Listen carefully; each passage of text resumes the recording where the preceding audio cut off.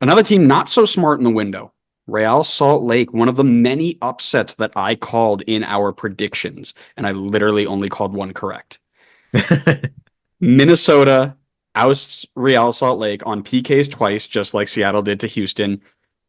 In the preview, I did say if it got to Pens, I give my faith into our boy Dwayne, Big Dane St. Clair, stepping in and was absolutely massive. He made two big saves in the second shootout, and RSL actually missed the goal on three of them. They missed five penalties in two games, and more than half of them they didn't even make a save. We'll talk about that in a second. At the end of the day, it's Minnesota who moved on to the conference semis, sparking questions about the validity of this RSL side. Your thoughts on RSL's just downfall? I mean, yeah, they finished in third, but they are a shell of the team that they used to be.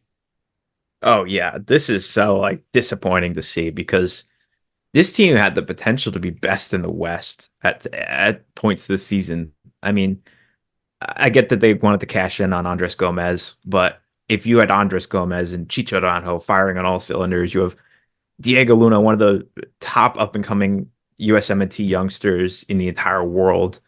You brought in Matt Crooks, who was a pretty, at least decently significant name in the championship. Like there were so many pieces in play. Like there was still obviously stuff to work on, right? Like in the defense specifically. But man, this I thought we would have saw a better fight from Salt Lake in the playoffs here, and we just didn't really see that. I mean, you scored one goal in this entire playoff series, and it was from your defensive mid.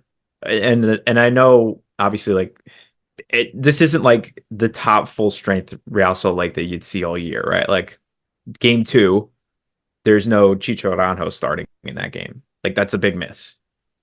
Him coming off the bench it's 72 minutes without one of the best strikers in the entire league. But it's so disappointing to see this team go out like this because I feel like there was huge potential for them and they didn't show it. There is another point I wanted to make on this, but I'll you can jump in here first and then I'll come back to it. This series highlighted exactly what I meant in my series preview, which basically just tells you I mean ball or I know ball, right?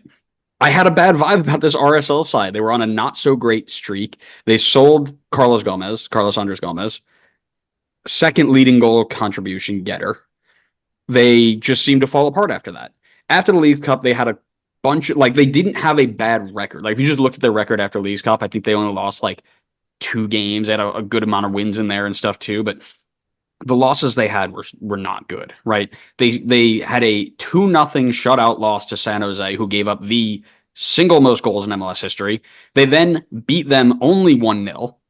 They had a 4-1 loss to Houston, and they drew teams like Portland and Austin. And the kicker of all of it is that Chicharanjo, like you just mentioned, he has only scored once since June 1st. Zero goals since week 24. This is a guy that they counted on to be their talisman, and he fell short. Young Player of the Year Diego Luna, Matty Crooks, they all tried to step up, but that level of goal contribution, both from Gomez leaving and Chicho being non-existent, that's just too much to make up. I mean, that's like 30 something goals or goal contributions, right? I think Gomez and Arango combined for something like that in the beginning of the season. And they all fell off. But then there's the worst part for me, which is the mentality side of it, right? I don't know if you've yet to listen to Pablo Mastroeni speak on Major League Journeyman. It was so impressive the way that he approached his coaching philosophy of an RSL side going up against the likes of LAFC, LA Galaxy. Like, it was so strongly rooted in mindset and mentality and working hard for what you want and earning it through grit and enjoying the little moments and like everything that you dream of as a coach, right? Me going through my licenses now, like that is how I love to approach the game. But when it comes time to show that on the pitch, they capitulated. More than half of their PKs didn't even force a save out of Dane St. Clair.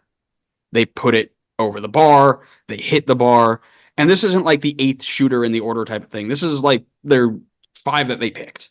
And I think RSL may struggle next season if they don't find the right guy to replace Gomez because, they brought in guys like Marzachuk and they brought in players to kind of help out, but it just isn't the same level.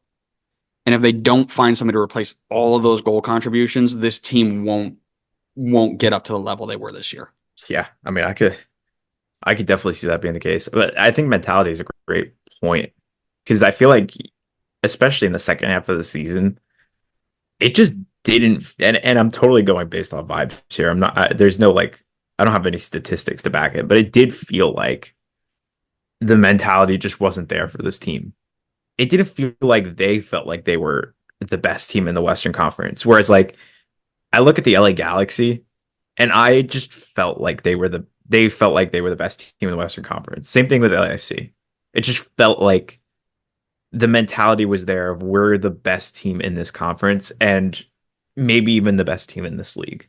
And I just did not get that vibe from Salt Lake. And it's total vibes. So it's like take it with a grain of salt. But yeah, I think that's a totally fair point. Yeah, and I love that too, right? You can see the difference between LA and you can see the difference in RSL and in how they approach the game. Where and we're going to talk about LA here in a second, but absolutely not an ounce of fear when that team plays, right? They know what their style is, they're committed to it. And I think RSL do as well, but there's that thing in the back of their head, like, ooh, maybe this isn't it. Maybe we're not as good as we were. Whatever it is, that they just kind of folded in the big moments. So again, it's going to be really, really interesting to see who steps up for RSL next year, how they handle themselves, and can they replace all of those goal contributions they lost? And that's for not so deep dives way down in the future, but something to keep in mind as we move forward. Yep, definitely.